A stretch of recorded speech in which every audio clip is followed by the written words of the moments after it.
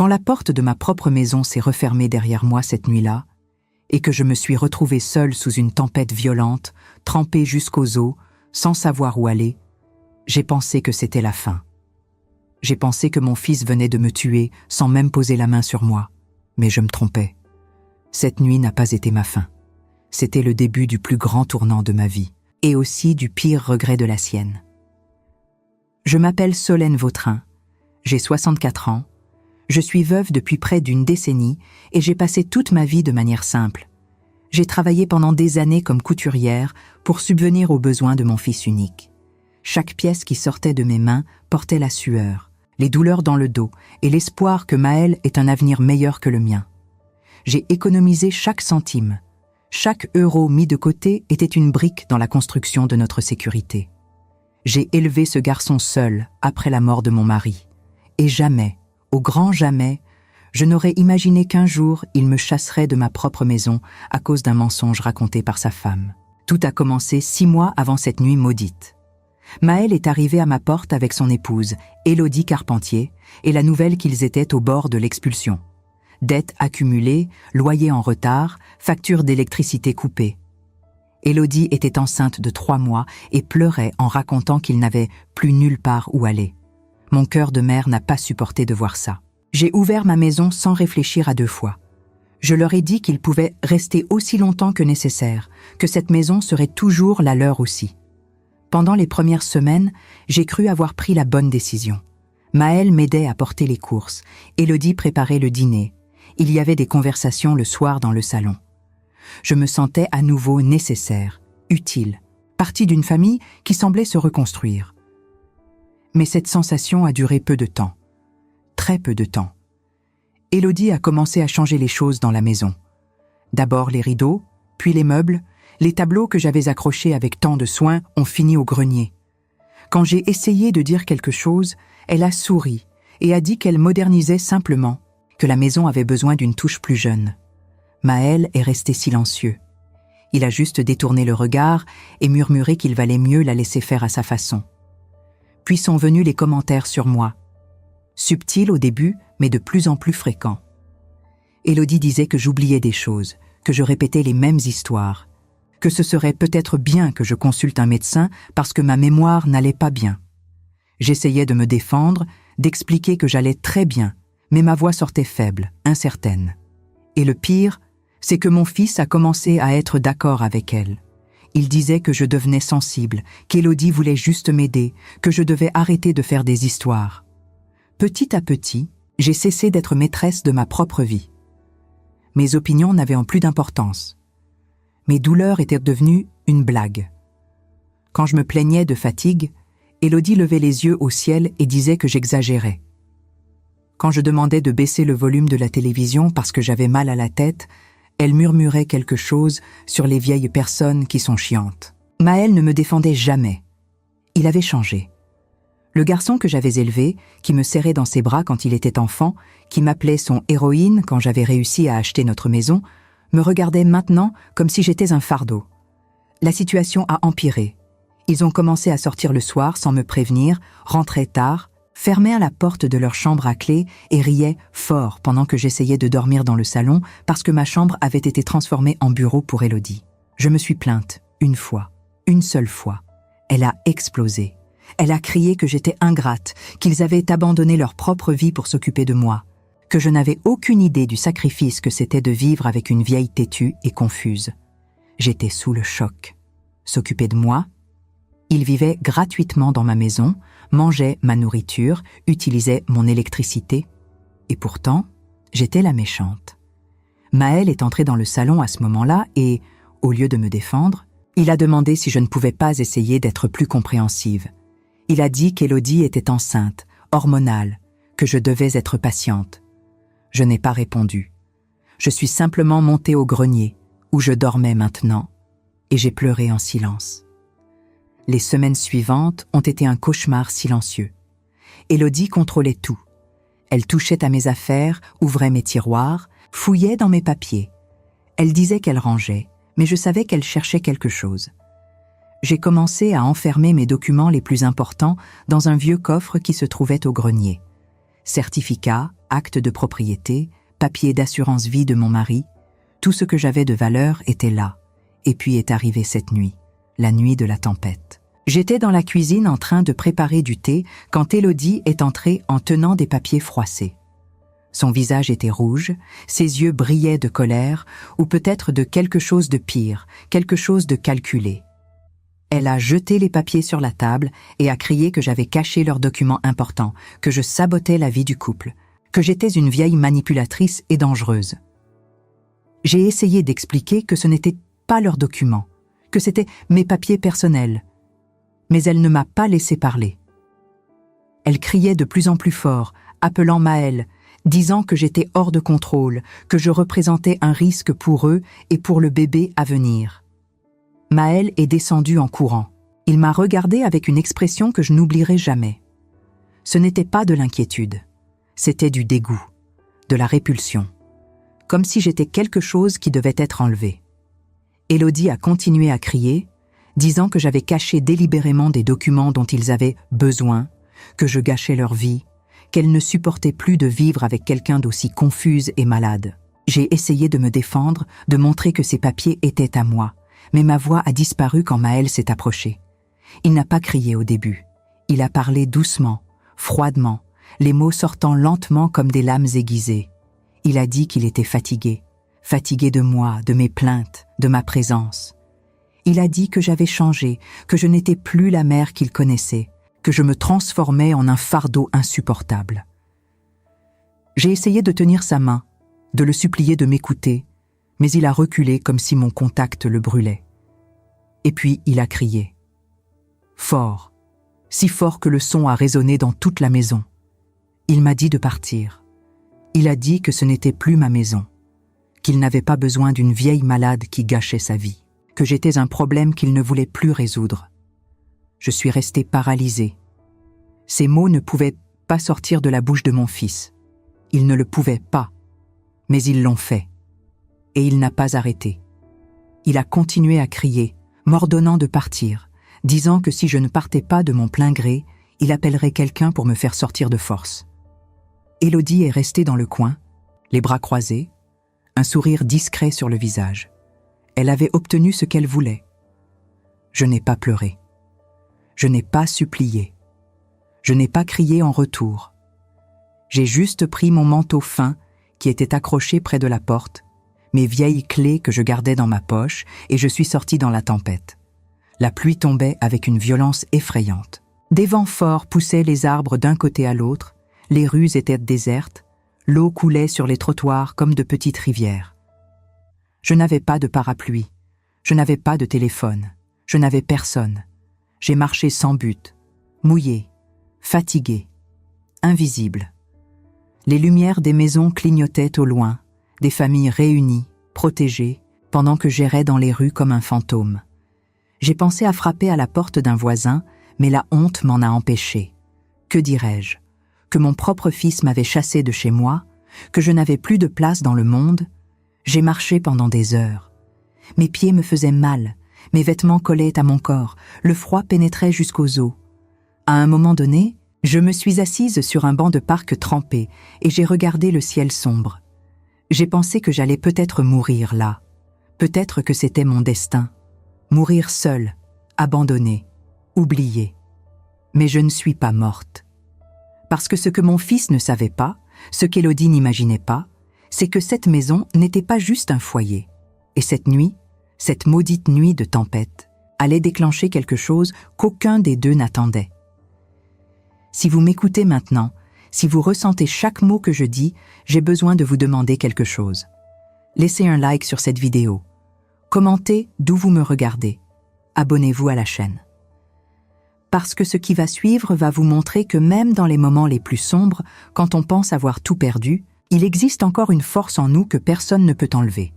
Et je promets que cette histoire va vous apprendre quelque chose sur la famille, le respect et les conséquences de sous-estimer quelqu'un qu'on croit vaincu.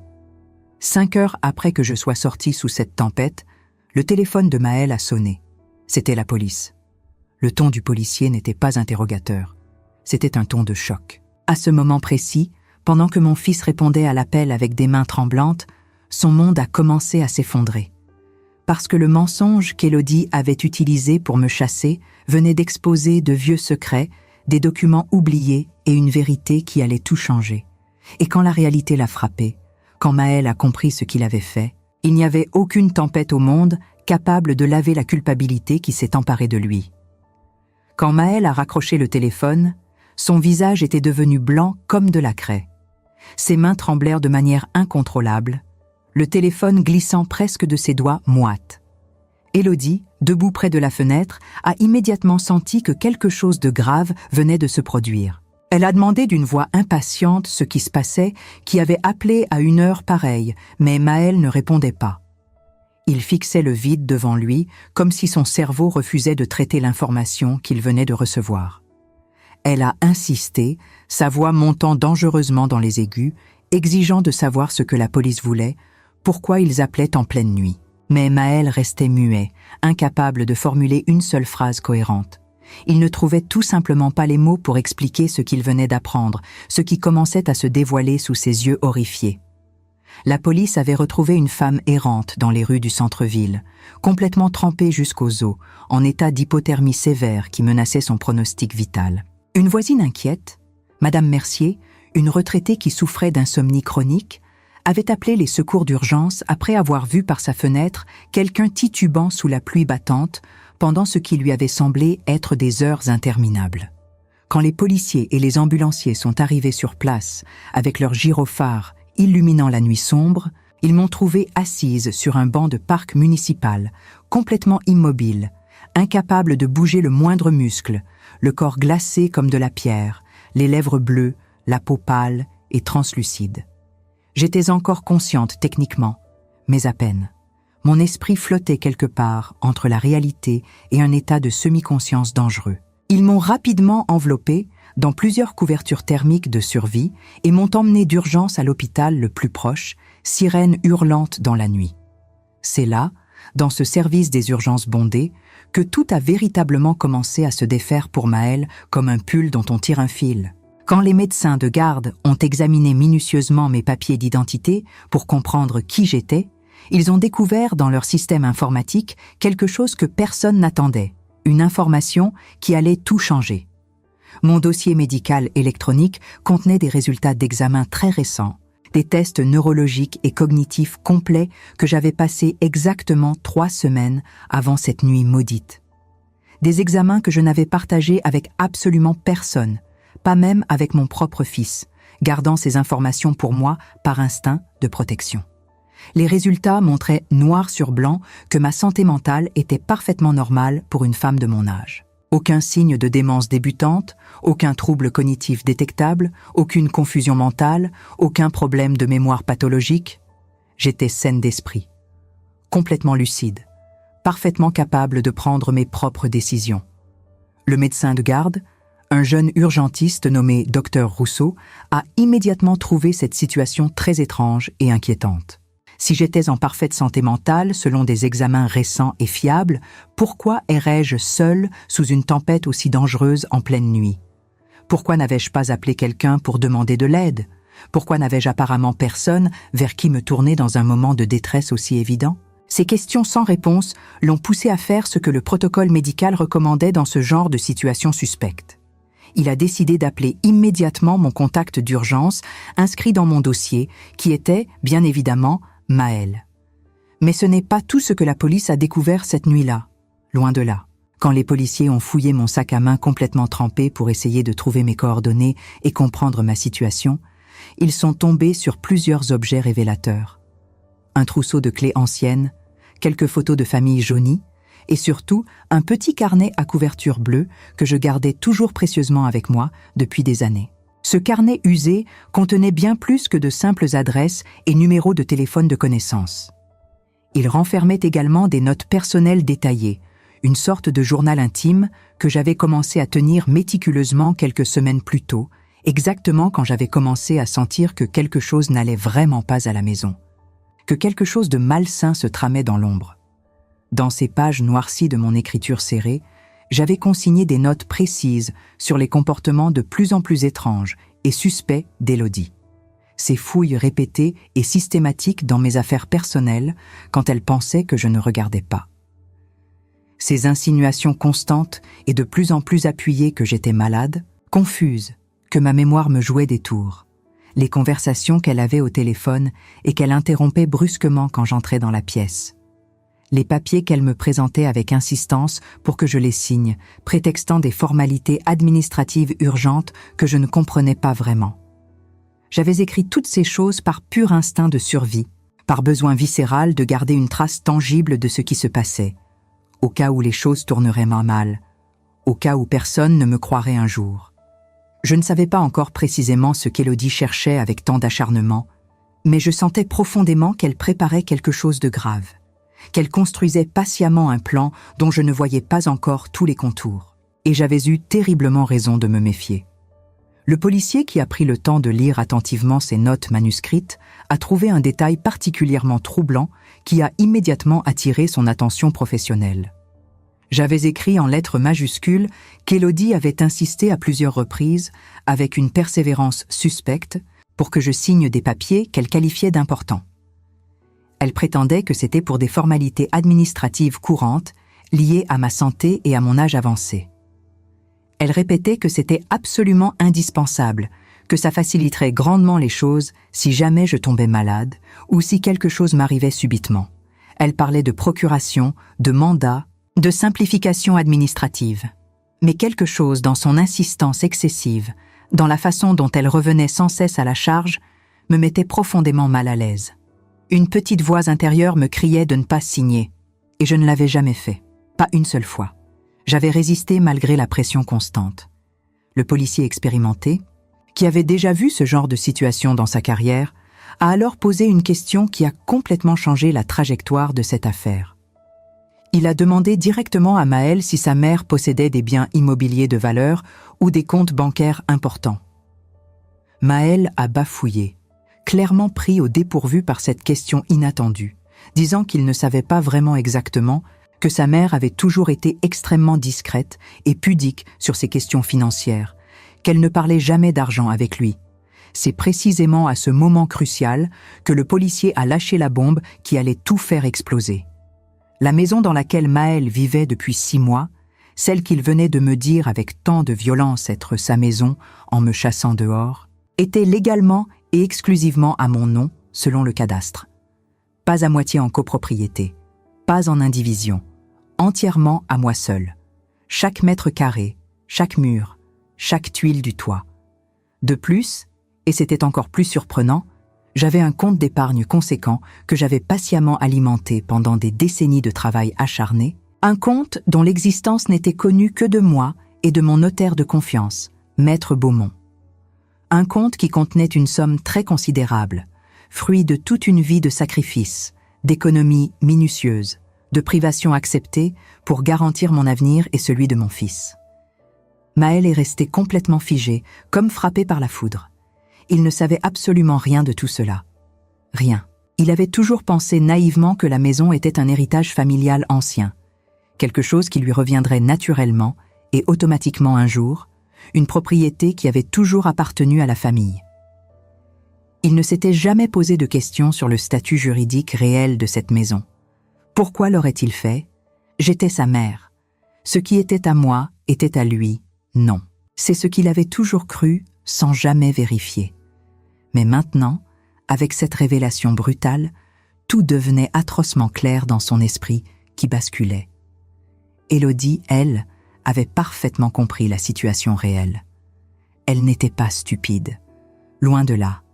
Elle avait fouillé méthodiquement, cherché patiemment et trouvé des indices révélateurs. Elle savait que je possédais quelque chose de grande valeur, et elle avait élaboré un plan minutieux pour mettre la main dessus, un plan qui nécessitait de me faire passer pour une vieille femme sénile et incapable. Le policier a alors expliqué quelque chose d'encore plus grave et inquiétant à Maëlle qui écoutait, médusée. Si j'avais été légalement déclarée inapte mentalement par un médecin complaisant ou manipulé, si quelqu'un avait réussi à me faire officiellement passer pour confuse ou atteinte de troubles cognitifs sévères devant un juge, cette personne aurait pu obtenir relativement facilement une mesure de tutelle complète sur moi. et avec une tutelle légale en bonne et due forme, elle aurait automatiquement eu accès libre et total à tous mes biens, à ma maison, à mon argent durement gagné, à mes comptes bancaires, à tout mon patrimoine. Tout aurait pu être transféré légalement, vendu, dilapidé, sans que j'aie le moindre mot à dire, sans que je puisse m'y opposer d'aucune manière. J'aurais été juridiquement considérée comme incapable de gérer mes propres affaires. Maëlle a senti son sang se glacer dans ses veines. Une sueur froide a coulé le long de son dos. Élodie avait passé des mois entiers à construire méticuleusement cette image fausse de moi. Une vieille femme confuse, fragile, oublieuse, incapable de prendre soin d'elle-même, dangereuse même pour elle-même et pour les autres. Elle avait manipulé chaque conversation avec un art consommé, transformé chaque petit oubli banal en symptôme inquiétant, exploité chaque incident domestique anodin pour planter solidement cette idée toxique dans l'esprit de Maëlle. Et lui, complètement aveuglé par son amour pour elle, par son désir désespéré de croire qu'elle voulait juste aider sa belle-mère âgée par pure bonté d'âme, avait tout gobé sans jamais remettre en question une seule de ses affirmations. Le policier a continué son explication détaillée, chaque mot enfonçant un peu plus Maëlle dans l'horreur de ce qu'il découvrait. Il a expliqué que ce genre de manipulation perverse était malheureusement beaucoup plus courant qu'on ne le pensait dans notre société vieillissante. Des proches mal intentionnés qui isolent progressivement une personne âgée de son réseau social et familial, qui sèment méthodiquement le doute sur sa santé mentale auprès de l'entourage, qui la poussent insidieusement à signer des documents complexes sans qu'elle comprenne vraiment ce qu'ils contiennent ni leurs implications juridiques. C'était une forme particulièrement insidieuse d'abus financiers et psychologiques, et c'était sévèrement punissable par la loi française, pouvant aller jusqu'à plusieurs années de prison ferme. Maëlle a raccroché le téléphone dans un état de choc total, presque catatonique. Ses jambes tremblaient, sa respiration était saccadée. Élodie le regardait intensément, ses yeux plissés avec inquiétude, essayant désespérément de comprendre ce qui se passait, de deviner ce que la police avait bien pu lui dire pour le mettre dans un état pareil. Elle a demandé encore une fois, avec une note d'urgence presque paniquée dans la voix, ce que la police voulait exactement. Maëlle s'est tournée vers elle très lentement, comme si chaque mouvement lui demandait un effort surhumain. Et pour la première fois depuis des mois, depuis leur rencontre même, il l'a vraiment regardée.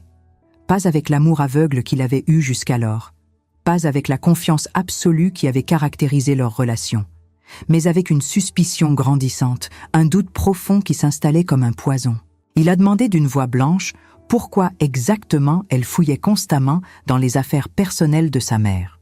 Pourquoi elle insistait avec tant d'acharnement pour qu'elle signe des papiers dont elle ne comprenait pas le contenu. Pourquoi elle parlait sans cesse de prétendus problèmes de santé mentale alors que les médecins venaient de confirmer formellement que je n'avais absolument rien, que j'étais parfaitement lucide et saine d'esprit. Élodie a visiblement pâli. Tout le sang a quitté son visage. Elle a essayé de sourire, un sourire forcé et peu convaincant, de balayer ses questions d'un geste désinvolte de la main, disant qu'il était juste stressé par cet appel nocturne, qu'il ne comprenait pas correctement la situation dans son ensemble, qu'il se faisait des idées absurdes. Mais Maëlle n'était plus du tout le même homme qu'une heure auparavant. Quelque chose s'était irrémédiablement brisé en lui. Il ne la croyait plus. Pas un seul mot. Il commençait à voir les pièces du puzzle se mettre en place une par une, révélant une image horrible qu'il avait refusé de voir jusqu'à présent. Il a demandé avec plus de fermeté où étaient exactement les papiers qu'elle avait pris ce soir-là dans le coffre de sa mère. Ceux qu'elle prétendait que j'avais soi-disant cachés pour leur nuire. Élodie a hésité, cherchant visiblement une excuse plausible. Puis elle a dit d'une voix moins assurée qu'elle les avait rangés quelque part, que ce n'était vraiment pas important, qu'on pouvait en parler demain quand les choses seraient plus calmes. Mais Maëlle a insisté avec une détermination nouvelle. Il voulait les voir. Maintenant, immédiatement. Pas de discussion. Élodie a fini par les sortir d'un tiroir du buffet, ses mains tremblantes, trahissant sa nervosité croissante. Maëlle les a arrachés de ses mains et les a parcourus rapidement, ses yeux s'écarquillant à chaque page tournée. Ce n'étaient absolument pas des documents appartenant au couple comme elle l'avait prétendu avec tant de conviction. C'était en mes papiers strictement personnels, l'acte de propriété original de la maison prouvant que j'en étais l'unique propriétaire. Les relevés détaillés de mon compte d'épargne montrant des sommes importantes accumulées. Des documents d'assurance vie dont j'étais la bénéficiaire. Des titres de propriété. Tout ce qu'Élodie cherchait avec tant d'obstination depuis des mois était là, étalé devant ses yeux. Maëlle a lentement levé les yeux vers elle, la réalité le frappant comme un coup de poing violent en plein visage. Elle ne l'aimait pas. Elle ne l'avait jamais aimé. Pas une seule seconde. Tout était calculé depuis le début. Elle l'avait cyniquement utilisé comme un simple outil pour accéder à ma vie, à mes biens, à tout ce que j'avais patiemment construit pendant des décennies de travail acharné. Et lui, dans sa naïveté touchante, dans son désir désespéré de croire qu'il avait enfin trouvé quelqu'un qu'il aimait vraiment pour ce qu'il était, avait trahi sa propre mère, la femme qui lui avait tout donné, la femme qui s'était sacrifiée toute sa vie pour lui. Il a demandé à Élodie de partir. Sa voix était calme maintenant, mais d'un calme glacial plus effrayant que n'importe quel cri. Elle a essayé de protester avec véhémence, de dire qu'il se trompait complètement, qu'il était manipulé par sa vieille mère folle qui avait toujours été jalouse de leur amour, qu'il allait le regretter amèrement.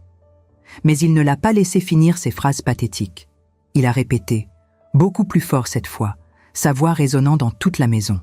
Il voulait qu'elle parte, qu'elle sorte de cette maison.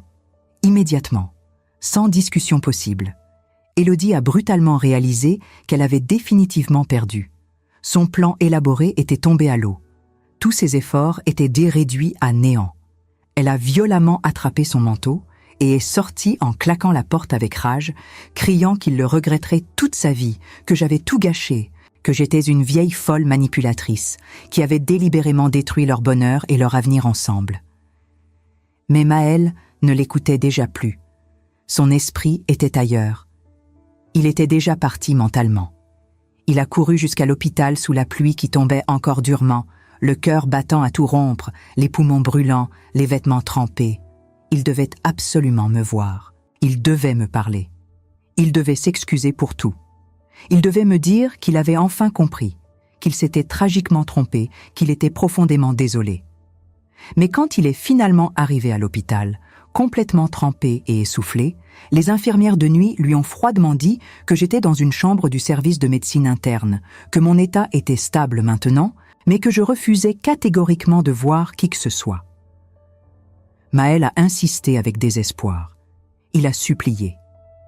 Il a dit qu'il était mon fils, mon unique enfant, qu'il devait absolument me parler, que c'était une question de vie ou de mort. Mais l'infirmière en chef a fermement secoué la tête. J'avais été parfaitement clair dans mes instructions. Je ne voulais voir absolument personne, surtout pas lui. Pas maintenant. Peut-être jamais. Je suis restée 3 jours à l'hôpital. 3 longues journées pendant lesquelles j'ai eu tout le temps de réfléchir à ma vie, à mes choix, à ce que j'avais permis de devenir.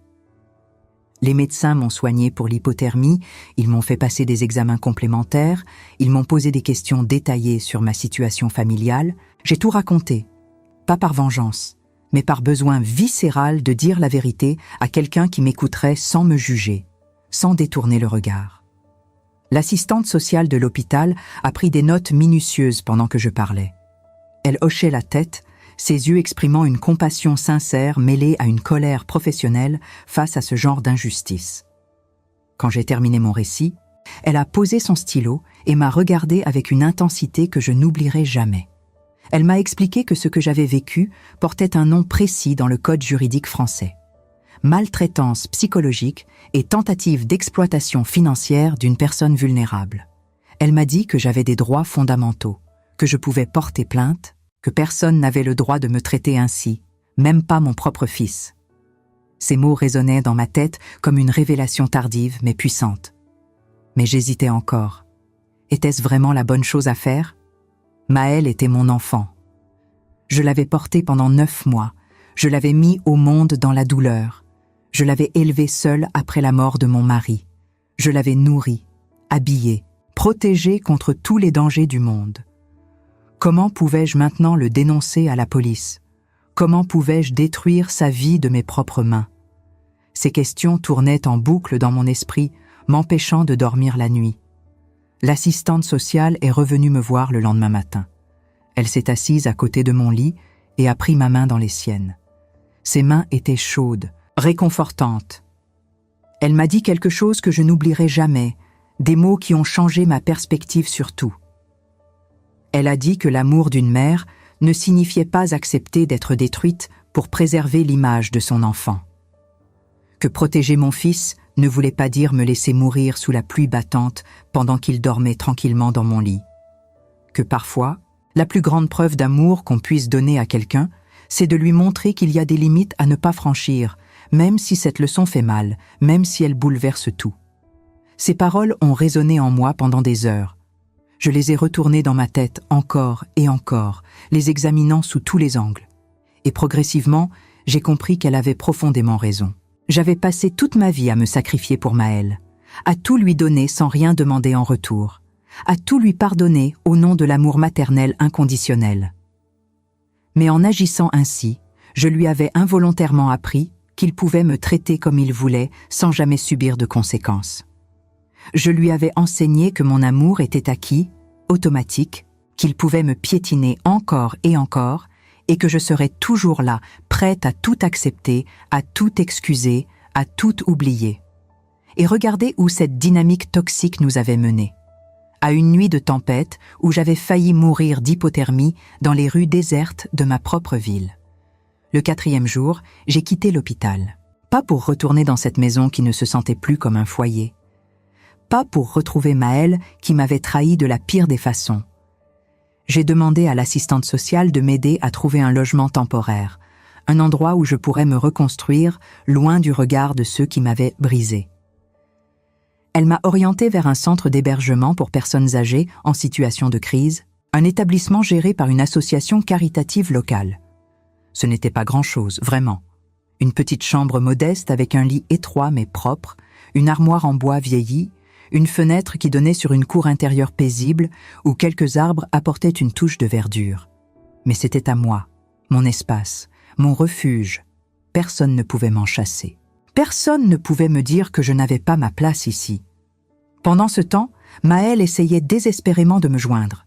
Il appelait l'hôpital plusieurs fois par jour, laissait des messages longs et confus où sa voix tremblait, suppliait les infirmières de me convaincre de lui parler, ne serait-ce qu'une minute. Mais je refusais systématiquement.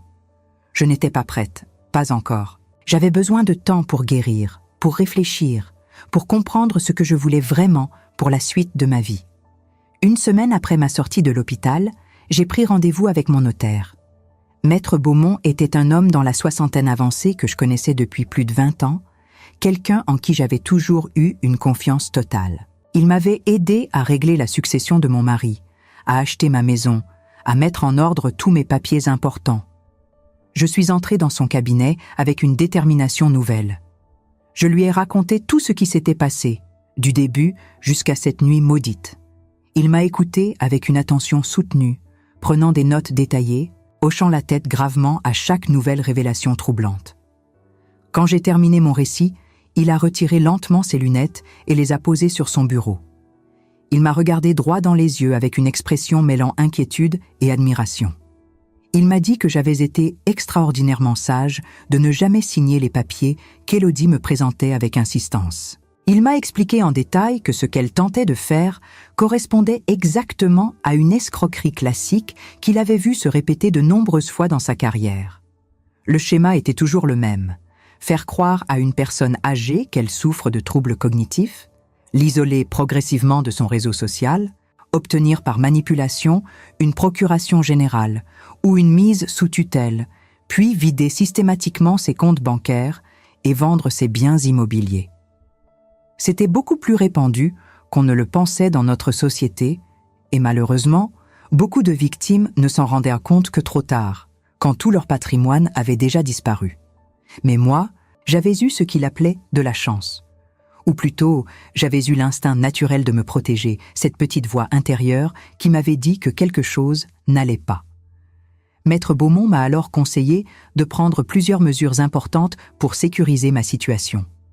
D'abord, Faire changer immédiatement toutes les serrures de ma maison pour que ni Maël ni Élodie ne puissent y entrer sans mon autorisation explicite. Ensuite, rédiger un testament clair, précis et juridiquement inattaquable pour que personne ne puisse jamais contester mes dernières volontés. Enfin, et c'était le point le plus délicat, envisager sérieusement de porter plainte contre Élodie pour tentative d'escroquerie et abus de faiblesse. J'ai longuement hésité sur ce dernier point. Porter plainte signifiait rendre toute cette histoire publique, l'exposer au grand jour. Ça signifiait que Maël serait inévitablement impliqué dans l'affaire, même indirectement, même s'il n'était peut-être qu'une victime manipulée lui aussi. Mais Maître Beaumont m'a dit quelque chose qui m'a profondément marqué. Il a dit que si je ne faisais rien, si je laissais Élodie s'en tirer sans conséquence, elle recommencerait forcément. Peut-être pas avec moi puisque son plan avait échoué, mais avec quelqu'un d'autre. Une autre personne âgée, une autre victime sans défense, une autre famille qui serait détruite. Avais-je envie de porter cette responsabilité sur ma conscience? Cette question a fait mouche. J'ai pris ma décision dans l'heure qui a suivi. J'ai porté plainte au commissariat de police le jour même. La police a immédiatement ouvert une enquête officielle. Ils ont convoqué Élodie pour un interrogatoire qui a duré plusieurs heures. Elle a tout nié en bloc avec une assurance déconcertante. Elle a prétendu que tout était un malentendu tragique, que j'étais confuse et désorientée, que c'était moi qui inventais des histoires abracadabrantes pour attirer l'attention. Elle a même osé dire qu'elle s'était toujours montrée gentille et prévenante avec moi, qu'elle avait sacrifié son confort pour s'occuper d'une belle-mère difficile. Mais les preuves accumulées parlaient d'elle-même et contredisaient frontalement sa version des faits. Mes notes personnelles que je tenais méticuleusement depuis des semaines, les témoignages précis de plusieurs voisins qui avaient remarqué son comportement de plus en plus contrôlant et autoritaire envers moi, les documents médicaux récents prouvant sans l'ombre d'un doute que j'étais parfaitement saine d'esprit et lucide. Tout s'accumulait contre elle comme un mur infranchissable. Maël a été convoqué comme témoin clé dans cette affaire. Il a dû se présenter au commissariat et répondre à des questions difficiles, embarrassantes, qui le forçaient à affronter sa propre responsabilité. Avait-il remarqué le comportement suspect de sa femme? Savait-il qu'elle fouillait régulièrement dans mes affaires personnelles? Pourquoi m'avait-il expulsé de ma propre maison sans même prendre le temps de vérifier les accusations qu'on portait contre moi? Pourquoi n'avait-il jamais pris ma défense face aux insultes répétées? Il n'avait pas de bonnes réponses à offrir, juste des excuses maladroites, des regrets qui sonnaient creux maintenant, des larmes qui coulaient trop tard. Pendant tout ce temps, je vivais dans ma petite chambre au centre d'hébergement. J'avais recommencé à coudre, acceptant quelques petits travaux de retouche pour les autres résidents ou pour des connaissances qui passèrent le mot. Ça me permettait de gagner un peu d'argent de poche. Mais surtout, ça m'occupait l'esprit et les mains. Je parlais régulièrement avec d'autres femmes qui vivaient là, des femmes qui portaient leurs propres cicatrices invisibles. Des mères abandonnées par des enfants ingrats, des grands-mères oubliées dans des maisons de retraite sordides, puis revenues à la rue, des femmes qui avaient tout donné à leur famille et qui s'étaient retrouvées avec rien, pas même un merci. Leurs histoires résonnaient douloureusement avec la mienne. Elles m'ont fait réaliser quelque chose de fondamental que j'avais toujours su au fond de moi, mais que je refusais d'admettre. Je n'étais pas seule dans cette situation. Ce que j'avais vécu n'était pas un cas isolé, une exception malheureuse. C'était un problème social, répandu, silencieux, invisible aux yeux de la société. Des milliers de personnes âgées subissaient exactement la même chose chaque jour dans notre pays. Et la grande majorité ne disait rien, ne se plaignait jamais. Par honte de ce qui leur arrivait, par peur des représailles, par amour mal placé pour ceux qui les maltraitaient. Mais moi, j'avais décidé de parler, de briser ce silence complice. 2 mois après cette nuit de tempête qui avait bouleversé ma vie, le tribunal a rendu son jugement. Élodie a été reconnue coupable de tentative d'escroquerie aggravée et d'abus de faiblesse sur personne vulnérable. Elle a écopé d'une peine de 18 mois de prison avec sursis et d'une interdiction formelle de s'approcher de moi à moins de 100 mètres. Elle devrait également suivre un programme de sensibilisation sur les droits des personnes âgées. Maël a demandé le divorce dans les 48 heures suivant le verdict. Leur mariage s'est effondré aussi rapidement qu'il avait été construit sur des fondations mensongères. Quelques jours après le jugement, Maël est venu me voir au centre d'hébergement. Il avait appelé avant pour demander si j'accepterais de le recevoir. Cette fois-ci, j'ai dit oui. Pas parce que j'avais pardonné ce qu'il m'avait fait, mais parce que j'avais besoin de lui dire certaines choses en face, de mettre des mots sur cette douleur qui me rongeait encore. Il est entré dans la petite salle commune où je l'attendais. Il avait maigri, ses traits étaient tirés, des cernes sombres marquèrent son visage. Il s'est assis devant moi sur une chaise inconfortable, les épaules tombantes, les yeux rougis par le manque de sommeil et les pleurs. Il a commencé à s'excuser avec des mots qui se bousculaient, à dire qu'il ne savait pas, qu'il avait été manipulé par quelqu'un de plus malin que lui, qu'il regrettait chaque seconde de cette nuit maudite, qu'il donnerait n'importe quoi pour revenir en arrière. Je l'ai laissé parler sans l'interrompre, le regardant vider son sac de culpabilité et de remords.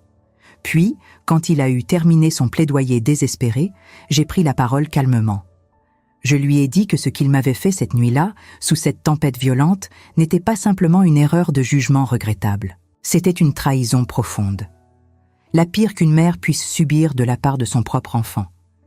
Je lui ai rappelé que j'avais passé toute ma vie à le protéger contre les difficultés, à tout sacrifier pour son bien-être, à travailler jusqu'à l'épuisement pour qu'il ne manque jamais de rien. Et qu'en retour, au moment où j'avais le plus besoin de lui, il m'avait jeté dehors comme un déchet encombrant dont on veut se débarrasser. Il a pleuré. Beaucoup. Il a dit qu'il voulait tout réparer, qu'il ferait absolument n'importe quoi pour regagner ma confiance.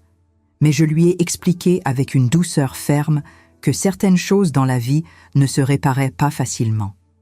Que la confiance, une fois brisée en 1000 morceaux, ne se reconstruisait pas du jour au lendemain avec de simples excuses. Que j'avais besoin de temps. Beaucoup de temps. Peut-être même plus de temps qu'il ne l'imaginait. Je lui ai aussi dit quelque chose de très important qu'il devait savoir. Je lui ai annoncé que j'avais modifié mon testament chez Maître Beaumont, que la maison resterait légalement à moi tant que je serais en vie, qu'après ma mort, elle lui reviendrait effectivement, mais seulement s'il prouvait concrètement qu'il avait changé, qu'il avait réellement compris la gravité de ses actes, qu'il respectait vraiment ce que je lui avais donné toute ma vie. Ce n'était pas une punition cruelle, c'était une protection nécessaire et une leçon de vie. Maël a hoché la tête lentement. Il n'a pas protesté, il n'a pas essayé de négocier ou de marchander. Il a simplement accepté ses conditions avec une humilité que je ne lui connaissais pas. Quand il est parti ce jour-là, marchant vers la sortie avec des pas lourds, je me suis sentie étrangement légère pour la première fois depuis des mois. Pas heureuse exactement, pas soulagée non plus. Mais libérée d'un poids invisible qui m'écrasait. J'avais enfin repris le contrôle de ma propre existence. J'avais posé des limites claires et non négociables. J'avais dit non à l'inacceptable. Et ça, personne ne pourrait jamais me le reprendre. Cette dignité retrouvée m'appartenait entièrement. 6 mois ont passé depuis cette nuit de tempête. 6 mois pendant lesquels ma vie a changé d'une manière que je n'aurais jamais imaginée. Je suis retournée dans ma maison. Pas parce que Maël me l'a demandé, mais parce que c'était chez moi. Mon refuge, mon sanctuaire. J'ai changé les serrures comme mon notaire me l'avait conseillé. J'ai repeint les murs, enlevé tous les changements qu'Élodie avait faits, remis mes rideaux, mes photos, mes souvenirs. Chaque coin de cette maison racontait mon histoire, pas la sienne. Maël venait me voir une fois par semaine, pas pour demander quelque chose, juste pour prendre de mes nouvelles. Au début, nos conversations étaient tendues, pleines de silence gênant. Mais petit à petit, nous avons recommencé à nous parler, vraiment nous parler. Il m'a raconté comment il s'était senti après cette nuit, la culpabilité qui le rongeait, les cauchemars où il me voyait errer sous la pluie, le poids de savoir qu'il avait failli me perdre à cause de sa propre aveuglement. Il m'a dit qu'il avait commencé une thérapie pour comprendre comment il avait pu laisser Élodie le manipuler à ce point. Je l'ai écouté, sans l'interrompre, sans le juger, parce que malgré tout, c'était mon fils. Et une partie de moi voulait croire qu'il pouvait changer. Mais je ne lui ai pas facilité les choses. Je lui ai dit que la confiance se gagnait par les actes, pas par les mots. Que s'il voulait vraiment me prouver qu'il avait compris, il devait le montrer dans la durée. Et il l'a fait. Il a commencé à m'aider avec les courses. à réparer des choses dans la maison, à passer du temps avec moi sans attendre quelque chose en retour. Il ne parlait plus de l'héritage, de l'argent, de la maison. Il parlait de nous, de notre relation, de comment la reconstruire. Un jour, il est venu avec un cadre photo. À l'intérieur, il y avait une vieille photo de nous deux, prise quand il avait 8 ans. Nous étions dans un parc, je le tenais par la main, et nous sourions tous les deux. Il m'a dit qu'il avait gardé cette photo pendant toutes ces années, qu'elle lui rappelait qui j'étais vraiment. Pas une vieille femme encombrante, mais sa mère, celle qui avait toujours été là pour lui. J'ai pleuré ce jour-là, pas de tristesse, mais de soulagement, parce que j'ai vu dans ses yeux quelque chose que je n'avais pas vu depuis longtemps, de la sincérité. Mais cette histoire ne parle pas seulement de pardon, elle parle aussi de dignité, de savoir quand poser des limites, de comprendre que l'amour ne signifie pas tout accepter. J'ai aussi découvert quelque chose d'inattendu pendant ces mois. Au centre d'hébergement où j'avais vécu, j'avais rencontré d'autres femmes qui traversaient des situations similaires. Des femmes fortes, courageuses, mais qui se sentaient seules et abandonnées. Nous avions commencé à nous réunir, à partager nos histoires, à nous soutenir mutuellement. Cette expérience m'a donné une idée. Avec l'aide d'une association locale, j'ai créé un petit groupe de parole pour les personnes âgées victimes de maltraitance familiale. Nous nous retrouvions une fois par semaine dans une salle communautaire. Nous parlions, nous écoutions, nous nous entraidions. Certaines de ces femmes avaient subi des choses bien pires que moi. Des violences physiques, des vols, des abandons complets. Mais elles trouvaient dans notre groupe un espace où elles pouvaient exprimer leur douleur sans être jugées. Et ça les aidait. Ça nous aidait toutes. Je me suis rendu compte que ce qui m'était arrivé, aussi douloureux que ça ait été, m'avait donné une mission. Celle d'aider les autres à ne pas rester silencieuses, à comprendre qu'elles avaient des droits, qu'elles méritaient le respect, qu'elles n'étaient pas seules. Un jour, une journaliste locale a entendu parler de notre groupe. Elle m'a contactée pour faire un article. Au début, j'ai hésité. Je n'avais jamais voulu être sous les projecteurs. Mais j'ai réalisé que partager mon histoire publiquement pourrait aider d'autres personnes à reconnaître les signes de manipulation et d'abus. L'article est paru dans le journal régional. Il racontait mon expérience, celle d'autres membres du groupe, et expliquait comment repérer et réagir face à la maltraitance des personnes âgées. Les réactions ont été incroyables. Des dizaines de personnes nous ont contactés. Des victimes qui voulaient rejoindre le groupe, des proches qui cherchaient des conseils, des professionnels de santé qui voulaient collaborer. Notre petit groupe s'est transformé en quelque chose de plus grand. Nous avons organisé des conférences, des ateliers de sensibilisation, des rencontres avec des travailleurs sociaux. Nous sommes devenus une voix pour ceux qui n'en avaient pas. Et moi, Solène Vautrin, la vieille costurière qui avait été jetée dehors sous la pluie, j'étais devenue une militante. Pas par choix au départ, mais par nécessité, par besoin de transformer ma douleur en quelque chose d'utile. Maël a assisté à l'une de nos conférences. Je ne lui avais pas demandé de venir, mais il est venu quand même. Il s'est assis au fond de la salle, écoutant les témoignages, voyant l'impact que nous avions. Après la conférence, il est venu me voir, les larmes aux yeux. Il m'a dit qu'il était fier de moi, que j'avais pris quelque chose d'horrible et que j'en avais fait quelque chose de beau, que j'étais plus forte qu'il ne l'avait jamais imaginé. Et pour la première fois depuis des années, j'ai senti que nous étions de nouveau mère et fils, pas comme avant, mais d'une manière différente, plus mûre, plus honnête. Aujourd'hui, je vis toujours dans ma maison, seule, mais pas solitaire. Je continue à animer le groupe de parole. Je continue à coudre parce que ça me détend, parce que ça me rappelle d'où je viens. Maël vient me voir régulièrement. Nous prenons le thé ensemble, nous parlons de tout et de rien. Nous ne parlons plus jamais d'Élodie. Elle appartient au passé. Il y a quelques semaines, Maël m'a annoncé qu'il avait rencontré quelqu'un.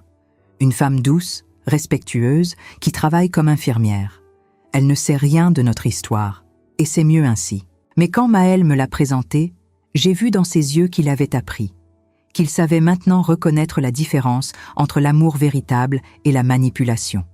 Et ça, c'était la plus grande preuve de changement qu'il pouvait me donner. Cette histoire aurait pu se terminer tragiquement. J'aurais pu mourir cette nuit-là, seule sous la tempête. J'aurais pu sombrer dans l'amertume, haïr mon fils pour toujours, fermer mon cœur au monde. Mais je ne l'ai pas fait, parce que j'ai compris quelque chose d'essentiel. Quand on touche le fond, quand on perd tout, on a deux choix. Se laisser détruire ou se reconstruire. J'ai choisi la deuxième option. Je me suis relevée, j'ai repris ma vie en main. J'ai posé des limites, j'ai demandé justice, j'ai transformé ma douleur en force. Et j'ai découvert que même à 64 ans, on peut recommencer, on peut se réinventer, on peut trouver un nouveau sens à son existence. Si vous m'avez écouté jusqu'ici, c'est que mon histoire vous a touché. Peut-être parce que vous avez vécu quelque chose de similaire, peut-être parce que vous connaissez quelqu'un dans cette situation, ou peut-être simplement parce que vous comprenez ce que signifie être sous-estimé, piétiné, oublié. Je veux que vous reteniez ceci. Vous méritez le respect, vous méritez la dignité, vous méritez d'être traité avec amour, peu importe votre âge. Et si quelqu'un, même quelqu'un que vous aimez profondément, vous traite autrement, vous avez le droit de dire non. Vous avez le droit de poser des limites. Vous avez le droit de vous protéger. Parce que l'amour véritable ne demande pas le sacrifice de votre dignité. L'amour véritable ne vous détruit pas, il vous construit. Et rappelez-vous toujours ceci, il n'est jamais trop tard pour reprendre le contrôle de votre vie. Jamais trop tard pour vous relever. Jamais trop tard pour dire « ça suffit, je mérite mieux ». Cette nuit de tempête a été la pire de ma vie, mais elle a aussi été le début de ma renaissance, le début de la femme que je suis devenue, une femme qui refuse de se laisser effacer, une femme qui sait désormais ce qu'elle vaut. Et si moi, Solène Vautrin, une simple costurière du fin fond de la France, j'ai pu le faire, alors vous aussi, vous le pouvez. N'oubliez jamais votre valeur. N'oubliez jamais que vous comptez. Et n'oubliez jamais que même dans les moments les plus sombres, il existe toujours une lumière au bout du tunnel. Il suffit d'avoir le courage de continuer à marcher. Et vous, qu'auriez-vous fait à ma place cette nuit-là, quand la porte de votre propre maison s'est refermée derrière vous sous la tempête? Je vous pose cette question non pas pour obtenir une réponse facile, mais parce que je sais que certaines d'entre vous, peut-être beaucoup d'entre vous, ont déjà ressenti ce même sentiment d'abandon. Cette douleur sourde de voir quelqu'un que vous avez porté, nourri, aimé plus que vous-même, vous regarder comme si vous n'aviez plus aucune valeur, comme si toutes ces années de sacrifice s'étaient effacées en un instant. Ce que j'ai vécu n'est pas unique. Ce n'est pas une exception tragique. C'est une réalité silencieuse qui touche des milliers de femmes et d'hommes de notre génération. Des personnes qui ont tout donné et qui se retrouvent avec rien. Pas même un merci. Pas même un regard bienveillant. Je le sais parce que je les ai rencontrés. J'ai entendu leurs histoires. J'ai vu leurs larmes. Et dans chacune de ces histoires, je voyais un reflet de la mienne. Mais j'ai aussi appris quelque chose de fondamental que je veux partager avec vous aujourd'hui. L'amour d'une mère ou d'un père ne signifie pas accepter d'être détruit.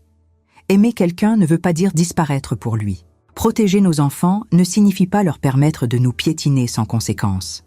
Parfois, la plus grande preuve d'amour qu'on puisse donner, c'est de dire non, de poser des limites, de refuser l'inacceptable, même quand ça fait mal, même quand ça brise tout ce qu'on croyait connaître. J'ai fait des choix difficiles, des choix que certains jugeront peut-être trop durs. Porter plainte contre la femme de mon fils, modifier mon testament, refuser de le voir pendant des semaines. Mais ces choix m'ont sauvée. Ils m'ont rendu ma dignité. Ils m'ont permis de me regarder dans le miroir sans avoir honte de ce que j'étais devenue. Et aujourd'hui, je peux dire que je ne regrette rien, même si le chemin a été douloureux. Alors, je vous demande, du fond du cœur, de prendre quelques secondes pour partager votre ressenti. Commentez ce que cette histoire a éveillé en vous. Dites-moi si vous auriez pris les mêmes décisions que moi ou si vous auriez agi différemment. Racontez-moi d'où vous m'écoutez en ce moment, depuis quelle ville, quel pays, quel coin du monde. Parce que vos mots ont une valeur immense. Vos expériences comptent. Votre voix mérite d'être entendue. Si vous avez vécu quelque chose de similaire, si vous connaissez quelqu'un qui traverse cette épreuve en silence, partagez cette vidéo. Faites-la circuler. Parce que peut-être, quelque part, une femme ou un homme se sent seul dans sa douleur et a besoin de savoir qu'il n'est pas fou, qu'il n'est pas le problème, qu'il a le droit de se défendre et de réclamer le respect qu'il mérite. Abonnez-vous à cette chaîne si vous croyez que nos histoires ont de l'importance. Si vous pensez que les personnes de notre âge ne doivent pas rester invisibles dans une société qui nous oublie trop souvent. Chaque abonnement est un message qui dit que nous existons, que nous comptons, que notre dignité n'est pas négociable. J'ai 64 ans et j'ai failli tout perdre cette nuit-là sous la tempête. Mais au lieu de mourir, j'ai choisi de renaître. Au lieu de me taire, j'ai choisi de parler. Au lieu d'accepter l'humiliation, j'ai choisi la dignité. Et aujourd'hui, je peux regarder mon reflet et être fière de la femme que je suis devenue. Une femme qui refuse de disparaître. Une femme qui sait désormais ce qu'elle vaut. Vous aussi, vous valez infiniment plus que ce que certains voudraient vous faire croire. Ne l'oubliez jamais. Ne laissez personne vous convaincre du contraire. Votre vie, vos sacrifices, votre amour, tout cela a une valeur inestimable. Et si quelqu'un ne peut pas le voir, le problème n'est pas vous. Le problème, c'est lui. Alors, écrivez-moi dans les commentaires. Partagez votre histoire, même en quelques mots. Dites-moi ce que vous ressentez, parce que vos mots toucheront d'autres personnes qui en ont besoin. Vos expériences peuvent sauver quelqu'un qui doute, qui hésite, qui se demande s'il a le droit de dire stop. Ensemble, nous sommes plus forts. Ensemble, nous pouvons briser ce silence qui protège les abus. Ensemble, nous pouvons rappeler au monde que vieillir ne signifie pas perdre sa valeur, son droit au respect, sa capacité à se défendre. Merci de m'avoir écouté jusqu'au bout. Merci de m'avoir accordé votre temps et votre attention. Et surtout, merci d'avoir le courage d'exister pleinement, même quand le monde semble vouloir vous effacer. Vous êtes important. Vous êtes précieux. N'oubliez jamais cela. À très bientôt, et que chacun de vous trouve la force de défendre sa propre dignité, aujourd'hui et tous les jours à venir.